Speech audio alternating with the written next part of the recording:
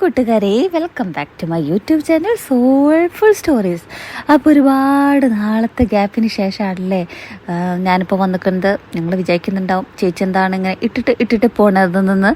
പിന്നെ ഞാൻ നമ്മളുടെ മെൽറ്റിംഗ് മീ സോഫ്റ്റ്ലിയുടെ എപ്പിസോഡ് ഞാൻ 9 ചെയ്ത് നോക്കി, പക്ഷേ എനിക്ക് ഒരു റെസ്പോൺസും കിട്ടുന്നില്ല. ഒരുപാട് ഗ്യാപ്പിന് ശേഷമാണ്. ഞങ്ങളെ കുറ്റം പറയാൻ ഞാൻ ഒരിക്കലും ഞങ്ങളെ കുറ്റം പറയാൻ പറ്റില്ല.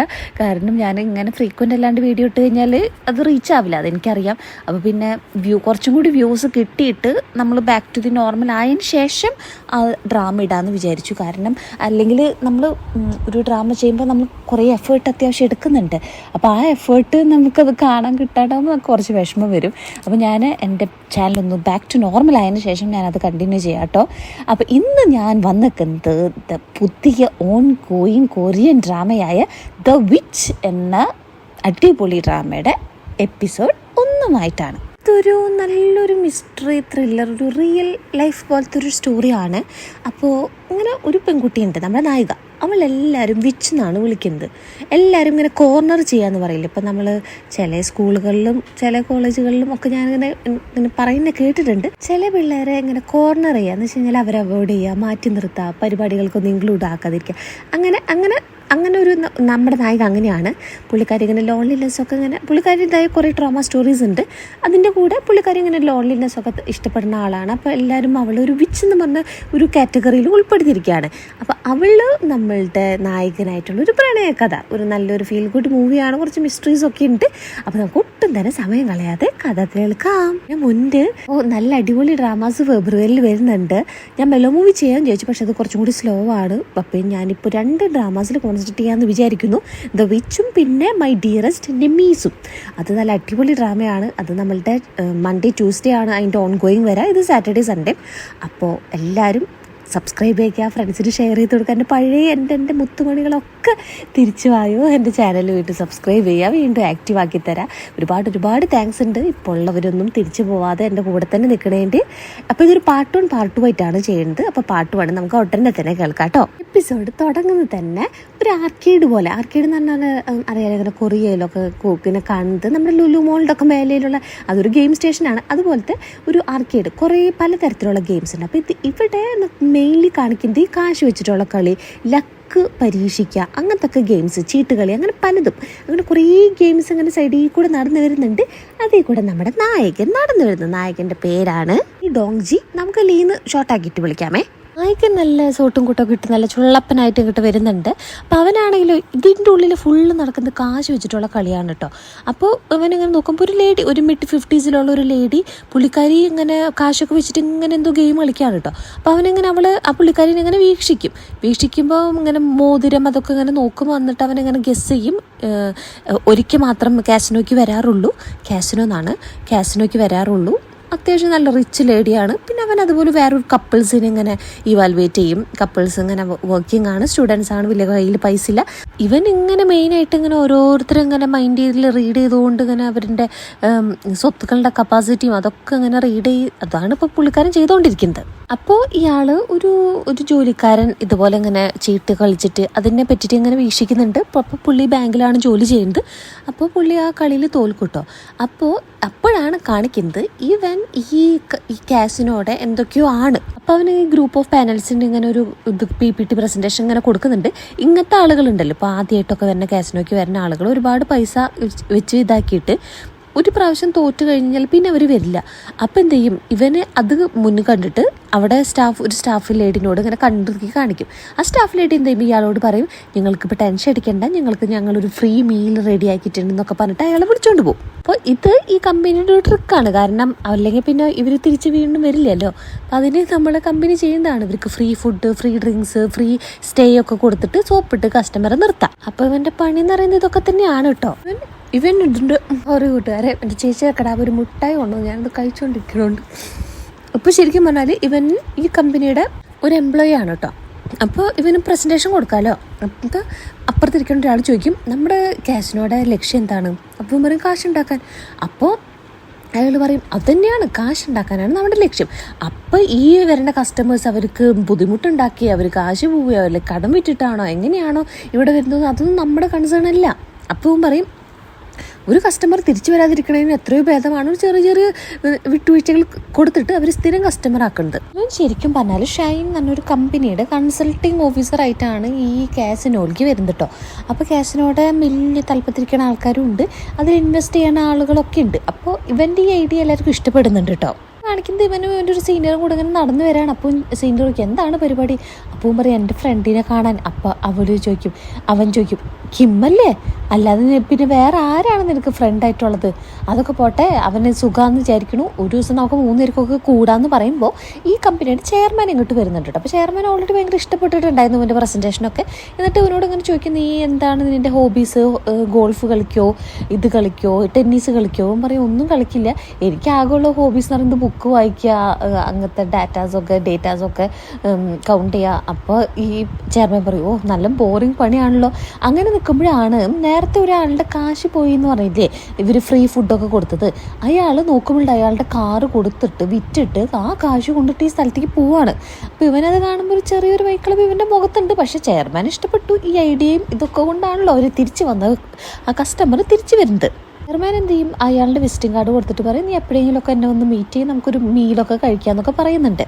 നമ്മുടെ നായകൻ ലീ ചുള്ളപ്പൻ ഇങ്ങനെ കാർ പാർക്കിലേക്ക് വരുമ്പോഴാണ് ഇവൻ്റെ കാർ ആരും നല്ല പോലെ പണി കൊടുത്തിട്ട് ചില്ലൊക്കെ പൊട്ടിയിരിക്കുന്നുണ്ട്. പിന്നെ അവൻ നേരെ പോലീസ് സ്റ്റേഷനാണ് കാണിക്കുന്നത്. അപ്പോൾ പോലീസ് ഇങ്ങനെ പറയുന്നുണ്ട് ഒരു മുഖം മൂടി വെച്ച ആളാണ്, ഇവൻ്റെ ഡാഷ് ക്യാമിൽ നോക്കിയപ്പോൾ മുഖം മൂടി വെച്ച ആളാണ്. അപ്പോൾ പോലീസ് പറയുന്നുണ്ട് അയാൾ ഈ കാറിൻ്റെ ഓണർ ശരിയാണോ എന്നുള്ളത്, കറക്റ്റായിട്ടുള്ള കാറാണോ എന്നുള്ളത് ഫോൺ നമ്പർ വെച്ച് വെരിഫൈ ചെയ്തതിന് ശേഷമാണ്. അപ്പോൾ അതിൻ്റെ അർത്ഥം എന്ന് വെച്ച് കഴിഞ്ഞാൽ കറക്റ്റായിട്ട് ക്ലിയറായിട്ട് ഐഡിയ ഉണ്ട് ഈ കാറിനെ ഉപദ്രവിച്ച ആൾക്ക് ഈ ഇതിന്. അപ്പോൾ എന്തെങ്കിലും ദേഷ്യം കൊണ്ടായിരിക്കാം. അപ്പോൾ പറഞ്ഞു ദേഷ്യമോ? അപ്പോൾ ആ പോലീസിക്കും വല്ല ലവ് അഫെയർ? അപ്പോൾ പറയേ അങ്ങനൊന്നുമില്ല. പോലീസ് പറയും എങ്കിലും ഒരു കംപ്ലയിൻറ്റ് തായോ എന്ന് പറഞ്ഞിട്ട് ഇവൻ്റെ ഡീറ്റെയിൽസ് ഒക്കെ ഇങ്ങനെ ആഡ് ചെയ്യുമ്പോൾ പോലീസുകാരൻ ചോദിക്കും എന്താണ് ഇതിൻ്റെ പ്രൊഫഷൻ. അപ്പോഴാണ് ഇവൻ്റെ പ്രൊഫഷൻ പറഞ്ഞത് ഡേറ്റ മൈനർ. എന്ന് വെച്ച് കഴിഞ്ഞാൽ ഈ എന്ത് കമ്പനീസ് ആണെങ്കിലും എന്തിനാണെങ്കിലും അതിൻ്റെ അനാലിറ്റിക് ഭാഗങ്ങൾ, ഗ്രോത്ത്, ആളുകളുടെ ഇൻട്രസ്റ്റ് അതൊക്കെ ഇങ്ങനെ മെഷർ ചെയ്ത് അതൊക്കെ ഇങ്ങനെ കണ്ടുപിടിക്കുന്ന ആൾ. പോലീസുകാരൻ ചോദിക്കുന്നുണ്ട് ഈ ജോലിക്ക് നല്ല പൈസ ഉണ്ടല്ലേ. അപ്പം ചോദിക്കും അതെന്താ, അല്ല ഇത്ര ചെറിയ പ്രായത്തിൽ ഇത്ര നല്ല കാറൊക്കെ വാങ്ങണത് കൊണ്ട് ചോദിച്ചതാണ്. പോലീസുകാരൻ കേസ് രജിസ്റ്റർ ചെയ്തിരിക്കുമ്പോഴാണ് തൊട്ട് ബാക്കിൽ 2 പേര് ഭയങ്കര അടി കേട്ടോ, ഭയങ്കര അടി. കേസിൻ്റെ എന്തോ ഒരു കേസിൻ്റെ പേര് പറഞ്ഞാൽ ഭയങ്കര അടി കൂട്ടുന്നുണ്ട്. അപ്പം ഇങ്ങനെ പറയുന്നുണ്ട്. അപ്പം ഇങ്ങനെ പോലീസുകാരിങ്ങനെ ഇവരൊക്കെ പിടിച്ച് മാറ്റി നിർത്തിയിട്ട് മര്യാദയ്ക്ക് ഞങ്ങൾ ഇതാക്കിക്കോ, അല്ലെങ്കിൽ ഞങ്ങൾ 2 എക്സ്ട്രാ കേസ് ആക്കി അകത്തിടുന്നൊക്കെ പറയുന്നുണ്ട് കേട്ടോ. അപ്പം ഇങ്ങനെ നമ്മുടെ ഇവൻ്റെ പോലീസുകാരൻ ഇവൻ്റെ അടുത്ത് വന്നിരിക്കുമ്പോൾ നമ്മുടെ ലീ പറയും എനിക്ക് തോന്നുന്നില്ല അവർക്ക് ഇതിന് ഒരു പരാതി ഉണ്ടെന്നുള്ള കാര്യം. അപ്പോൾ പോലീസുകാരൻ ചോദിക്കും അതെന്താ അങ്ങനെ നീ പറഞ്ഞത്. അപ്പോൾ അവൻ പറയും അവൻ 2 പേരുടെ ഷർട്ടുമ്പോൾ നോക്കിയാൽ ഒരു ഡിസ്കളറേഷൻ ഉണ്ട്, അത് പ്രോബബ്ലി സെയിം ഡിറ്റർജൻറ്റ് കൊണ്ട് ഉണ്ടായതാവും. പിന്നെ ഇവർ ഇങ്ങനെ വെള്ളം കുടിക്കുമ്പോൾ ഒരു പ്രത്യേകമായിട്ട് കുപ്പിനിങ്ങനെ തൊടുന്നുണ്ട്. അത് 2 പേരും ഒരേപോലെയാണ് ചെയ്യുന്നത്. എന്ന് വെച്ച് കഴിഞ്ഞാൽ ഹാബിറ്റ്സാണ്, ഒരു വീട്ടിൽ കോമൺ ഉണ്ടാവുന്ന ഒരു ട്രേറ്റ്സ് ആണ് അതൊക്കെ. പിന്നെ അത് മാത്രമല്ല ഒരാളുടെ പാൻസുമ ഒരു വെള്ള മുടി, ഏതോ കാറ്റിൻ്റെ ഒക്കെ ഒരു ഹെയർ, അതുപോലെ തന്നെ മറ്റാളുടെ ഉണ്ട്. അപ്പോൾ ഇവൻ പറയും എനിക്ക് തോന്നുന്നു അവരൊരു ഫാമിലിയാണെന്നുള്ളത്, അതുകൊണ്ട് എനിക്ക് തോന്നുന്നില്ല അവർ കേസ് ചാർജ് ചെയ്യുന്നുള്ള കാര്യം. നമ്മുടെ പോലീസുകാരൻ ഇവൻ്റെ അടുത്ത് ചെന്നിട്ട് ആ രോമം അങ്ങനെ എടുത്ത് നോക്കുമ്പോൾ കറക്റ്റ് അളവിൽ രോമം ഇട്ടാ. അപ്പോൾ പോലീസുകാരൻ ചോദിക്കും നിങ്ങൾക്ക് ഇവർ പരസ്പരം അറിയോ? സത്യം പറ ഞങ്ങൾ ബ്രദേഴ്സല്ലേ. അപ്പോഴാണ് ബാക്കിൽ നിന്ന് ഒരു സ്ത്രീയുടെ ശബ്ദം കേൾക്കുന്നത്. അപ്പോൾ ഒരു ബ്രദർ ഇങ്ങനെ തലവിട്ടിട്ട് നോക്കും നീ അങ്ങനെ വിളിച്ചടാ ചെറുക്ക. അപ്പം മറ്റേ ബ്രദർ പറയും ഞാൻ വിളിച്ച് പറയുന്നത് വെച്ച് കഴിഞ്ഞാൽ ഈ പ്രായത്തിൽ ഇങ്ങനെ തല്ലുണ്ടാക്കാൻ ആണല്ലേ എന്ന് പറയുന്നത് അമ്മ ബാക്കിലിരുന്നിട്ട്. അമ്മയുടെ കയ്യിലൊരു പട്ടിക്കുട്ടിയുണ്ട്, ആ പട്ടിക്കുട്ടിയുടെ രോമാണ് ഇവരുടെ മേത്തുണ്ടായത് കേട്ടോ. അപ്പം അമ്മ പറയുന്നുണ്ട് നാണം കെടുത്താൻ വേണ്ടിയിട്ട് 2 എണ്ണം കൂട്ടിയിട്ട് എന്നൊക്കെ പറഞ്ഞ് ഈറ്റങ്ങൾ 2 അടിയൊക്കെ കൊടുത്തിട്ട് പോലീസിൽ നിന്ന് ഇറക്കി കൊണ്ടുവരുന്നുണ്ട്. ഇന്ന് പോലീസുകാരൻ ചോദിക്കും ഇതാണല്ലേ ഡേറ്റ മൈനിങ് എന്ന് പറഞ്ഞിട്ടുള്ള സംഭവം, നിൻ്റെ ബുദ്ധി വെച്ചിട്ട് നീ കുറച്ച് പൈസ ഒക്കെ ഉണ്ടാക്കുന്നുണ്ട്. എന്നിട്ട് പറയും ഈ കേസ് ഞാൻ നല്ലപോലെ അന്വേഷിക്കാന്നൊക്കെ പറയുന്നുണ്ട്. കാണിക്കുന്നത് ഒരു പോലീസിനാണ് ഒരാൾ ഒരു കള്ളനൊക്കെ പിടിച്ചുകൊണ്ട് വരുന്നുണ്ട്. അതാണ് ഇവൻ്റെ ക്ലോസ് ഫ്രണ്ട് കിം കേട്ടോ. അപ്പോൾ ഇയാൾ കിം നമ്മളുടെ ലീനെ വിളിച്ചിട്ട് പറയും എടാ ഇന്ന് പറ്റും തോന്നണില്ല, എനിക്ക് കുറേ പണിയുണ്ട്, ഞാൻ എന്നാലും മാക്സിമം തീർത്തിട്ട് നിൻ്റെ അടുത്തേക്ക് വരാം. അപ്പോൾ പറയുന്നുണ്ട് ഇല്ലടാ കുഴപ്പമൊന്നുമില്ല, എനിക്കൊരു ടീം ഡിന്നർ ഉണ്ട്, ഞാനതിന് പൊക്കമുണ്ട്. അപ്പോൾ അയാൾ പറഞ്ഞിട്ടോ സമാധാനം നീ ഇപ്പോൾ ഓക്കെ അല്ലേ. അപ്പം പറയും കുഴപ്പമൊന്നുമില്ല. അപ്പോൾ ഇവൻ തോ ക്ലോസ് ആണെങ്കിലും അങ്ങനെ എല്ലാം തുറന്നു പറയാൻ പറ്റുന്ന ക്ലോസ്നെസ് ഇല്ലാന്ന് തോന്നുന്നുണ്ട്. നമ്മുടെ ചെക്കൻ ഒരു റെസ്റ്റോറൻറ്റിൽ കയറിയിട്ട് ഒറ്റയ്ക്ക് ഇരുന്ന് ഭക്ഷണം കഴിക്കുന്നത്. ചുരുക്കി പറഞ്ഞാൽ നമ്മുടെ ചുള്ളാപ്പി ഒരു ഇൻട്രോവേർട്ടാണ്. അത് കഴിഞ്ഞിട്ട് അവൻ മെട്രോ കയറിയിട്ട് പോവാണ് കേട്ടോ. ട്രെയിനിൽ ഇങ്ങനെ ഇരിക്കുമ്പോഴാണ് കുറച്ച് ദൂരെയായിട്ട് ട്രെയിനിൻ്റെ ഉള്ളിൽ തന്നെയാണ് കേട്ടോ. ഒരു ചെക്കൻ ഒരു പെണ്ണിനോട് ഇങ്ങനെ കുറച്ചിങ്ങനെ കുടിച്ചിട്ട് എന്തൊക്കെയോ ഇങ്ങനെ പറയുന്നുണ്ട്. അപ്പോൾ കുറച്ച് പെണ്ണുങ്ങൾ സ്കൂൾ കുട്ടികൾ വീഡിയോ എടുക്കുന്നുണ്ട്. അപ്പോൾ ഈ പെൺകുട്ടിനെ കാണിക്കുന്നില്ല. അപ്പോൾ ഇവളോടുള്ള ഇഷ്ടം അങ്ങനെ തുറന്ന് പറയണേ, നീ എന്താണ് എന്നെ മൈൻഡ് ചെയ്യാത്തത്, അങ്ങനെ ഇങ്ങനെയൊക്കെ പറയാണ്.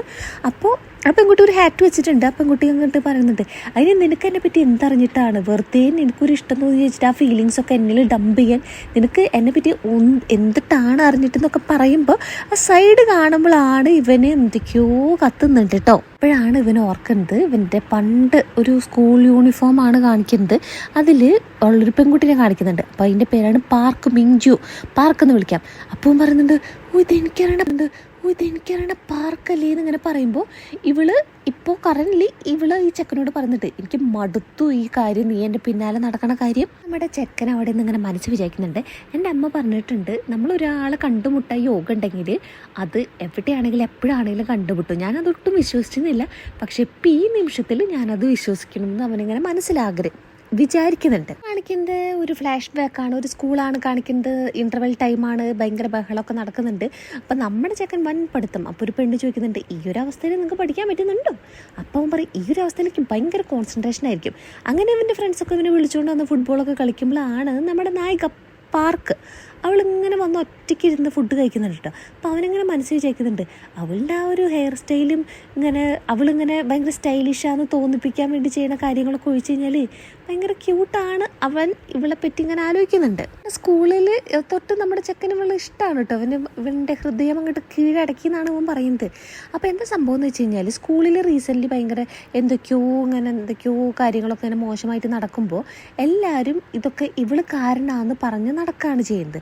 അതുകൊണ്ട് എന്ന് വെച്ച് കഴിഞ്ഞാൽ ഇവളെല്ലാവരും കോർണർ ചെയ്ത്, ഇവൾക്ക് ഒരാളും ഫ്രണ്ട്സ് ഇല്ല കേട്ടോ. എൻ്റെ ഇഷ്ടം ഒരു സൈഡിൽ നിൽക്കുമ്പോഴാണ് സ്കൂൾ വിട്ടിട്ട് ഒരു ദിവസം നിൽക്കുമ്പോൾ ഭയങ്കര മഴ. അപ്പം നമ്മുടെ പാർക്കിന് കുടയില്ല.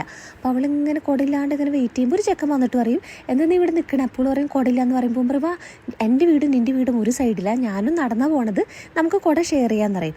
അങ്ങനെ ഒരു സ്ഥലത്തെത്തുമ്പോൾ ഇവള് പറയും, എൻ്റെ വീട്ടിൽ അവിടേക്ക് കുറേ ഉണ്ട് ദൂരം എന്ന് പറയുമ്പോൾ ഇവൻ എന്ത് ചെയ്യും, ഇവൻ്റെ കയ്യിലുള്ള കുട ഇവൾക്ക് കൊടുക്കും. അങ്ങനെ ഈ ചെക്കൻ ഇങ്ങനെ മഴയത്ത് ഇങ്ങനെ ഓടി പിന്നാലല്ല ബാക്ക് സൈഡിൽ കൂടെ പോണുണ്ട്. അപ്പോൾ ഇവളെന്ത് ചെയ്യും, കുട പിടിച്ചിങ്ങനെ നടക്കൂട്ടോ. ഭയങ്കരമായിട്ട് ഇടിമിന്നൽ വെട്ടുന്നുണ്ട്. അപ്പോൾ അവളിങ്ങനെ നടന്നിങ്ങനെ ഒരു വോള് കഴിഞ്ഞിട്ട് അപ്പുറത്തെ വഴി കൂടെ ഇങ്ങനെ പോകുമ്പോൾ പെട്ടെന്ന് അവൾ ഭയങ്കര ഇടി വെട്ടുമ്പോൾ ഇവളിങ്ങനെ കുട ഇവളുടെ കയ്യിൽ നിന്നുള്ളത് ഇവളിങ്ങനെ നിലത്തേക്ക് ഇടും. പിന്നെ കാണിക്കുന്നത് പിറ്റേ ദിവസമാണ് ആ പയ്യച്ചക്കനുണ്ടല്ലോ അവൻ മരിക്കും കേട്ടോ. സ്കൂളിൽ എല്ലാവരും കൂടിയിട്ടൊരു മൗന പ്രാർത്ഥന ഒക്കെ നടത്തുന്നുണ്ട്. അപ്പോൾ ഇങ്ങനെ ആ പിള്ളേർ പറയുന്നുണ്ട്, ഇതെന്താണ് റീസെൻ്റ്ലി ഭയങ്കര ആക്സിഡൻസ് ഒക്കെ നമ്മുടെ സ്കൂളിൽ നടക്കുന്നത്, ഇപ്പോൾ ഇതേ മരണം വരെയായിട്ടുണ്ട്. ഇവിടെ പാർക്ക് ഒരുപാട് നീങ്ങി നിൽക്കാണ് കേട്ടോ, കുറച്ചിങ്ങനെ മാറി നിൽക്കുവാണ്. ഇപ്പം ഇവളിങ്ങനെ നോക്കുന്നുണ്ട് കേട്ടോ. ഇതൊക്കെ കഴിഞ്ഞിട്ട് പിള്ളേർ ക്ലാസ്സിലേക്ക് പോകുമ്പോഴാണ് ഇവളവിടെ തന്നെ നിൽക്കുന്നുണ്ട് കേട്ടോ പാർക്ക്. അപ്പോൾ ഇവനിങ്ങനെ നോക്കുമ്പോൾ ഇവന് മനസ്സിലാവുന്നുണ്ട് അവൾ കരയാന്നുള്ള കാര്യം. പിന്നെ പിള്ളേരെല്ലാവരും കൂടിയിട്ട് ഇവനും ഇവൻ്റെ ഫ്രണ്ടും ഒരു പെൺകുട്ടിയും ഉണ്ട്, അവളും കൂടി ഇങ്ങനെ ഇരുന്ന് ഭക്ഷണം കഴിക്കുമ്പോൾ ആ പെൺകുട്ടി ഇങ്ങനെ പറയുന്നുണ്ട്, എനിക്കറിയാം പാർക്കിൻ്റെ കാര്യം, അവൾക്ക് എന്തൊക്കെയോ ഉണ്ടെന്നൊക്കെ ഒരു കോഴ്സ് പഠിക്കുന്നുണ്ട് ഇവർ. ഈ പെൺകുട്ടി പറയുന്നുണ്ട്, എടാ നമ്മുടെ ഒരു സീനിയർ ഉണ്ടായിരുന്നു, ഓർമ്മയുണ്ടോ, അയാൾക്ക് ആക്സിഡൻറ്റ് പറ്റുമ്പോൾ ഒക്കെ ഇവള് ഉണ്ടായിരുന്നു. അതുപോലെ തന്നെ നമ്മുടെ സ്കൂളിൽ എന്തൊക്കെ മോശം സംഭവിക്കുന്നുണ്ടോ അവിടെ ഒക്കെ ഇവളുടെ പ്രസൻസ് ഉണ്ട്. എന്തോ ഒരു കേഴ്സ് കിട്ടിയ പോലെ ഈ പെൺകുട്ടി പറയും, അവൻ മരിച്ചില്ല ഇപ്പം നമ്മുടെ ക്ലാസ്മേറ്റ്, അത് ഇവളുടെ വീടിൻ്റെ അടുത്താണ്. അപ്പോൾ പിള്ളേരൊക്കെ പറയും, ഓ ശരിയാണല്ലോ, പേടിയാവുള്ളൂ. അപ്പോൾ ഇവൻ പറയും, എന്ത് പേടിക്കാൻ, നമ്മുടെ നായകൻ പറയും കേട്ടോ, എന്ത് പേടിക്കാൻ, പിന്നെ ഇങ്ങനെ ഇതൊക്കെ ഒരു കോയിൻസിഡൻസ് ആണ്, ഇതിനൊക്കെ വെറുതെ എന്തിനാണ് ആ കുട്ടീനെ വലിച്ചടക്കുന്നത്, ഇവന് ഇഷ്ടപ്പെടുന്നില്ല, കാരണം ഇവന് ഇഷ്ടപ്പെടുന്ന കൊച്ചാണല്ലോ. പിന്നെ കാണിക്കുന്നത് നമ്മുടെ ലീയുടെ വീടാണ് കേട്ടോ. അപ്പോൾ ലീയുടെ അമ്മ കാര്യമായി കുക്ക് ചെയ്യുമ്പോൾ ഇവൻ വന്നിട്ട് ബാറ്ററി തപ്പാണ്. അപ്പോൾ ഇവൻ അമ്മനോട് ചോദിക്കുമ്പോൾ അമ്മ പറയും, ടിവിയുടെ ഇതിൻ്റെ കബേർഡിൻ്റെ അടിയിലുണ്ട്.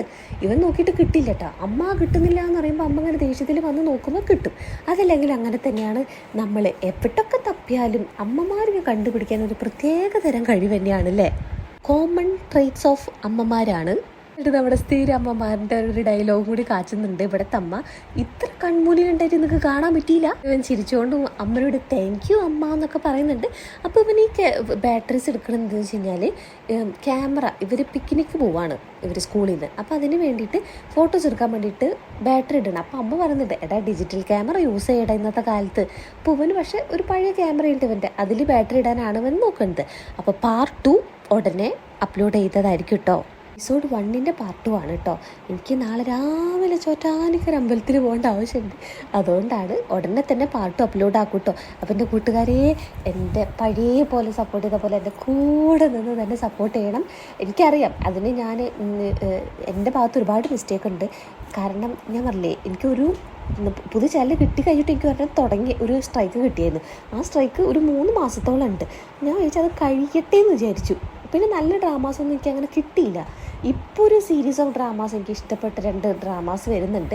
അതാണ് പിന്നെ ഞാൻ എനിക്ക് നല്ല തിരക്കുള്ള സമയമാണ്, വീട് പണിയൊക്കെ നടന്നുകൊണ്ടിരിക്കുകയാണ്. പക്ഷെ എന്നാലും ഞാൻ വിചാരിച്ചു കുഴപ്പമില്ല, എന്താണെങ്കിലും ചെയ്യാമെന്ന് വിചാരിച്ച് ഞാൻ ചെയ്യുന്നത്. അപ്പം എൻ്റെ കൂട്ടുകാരെ എൻ്റെ കൂടെ നിന്ന് സപ്പോർട്ട് ചെയ്യണം കേട്ടോ.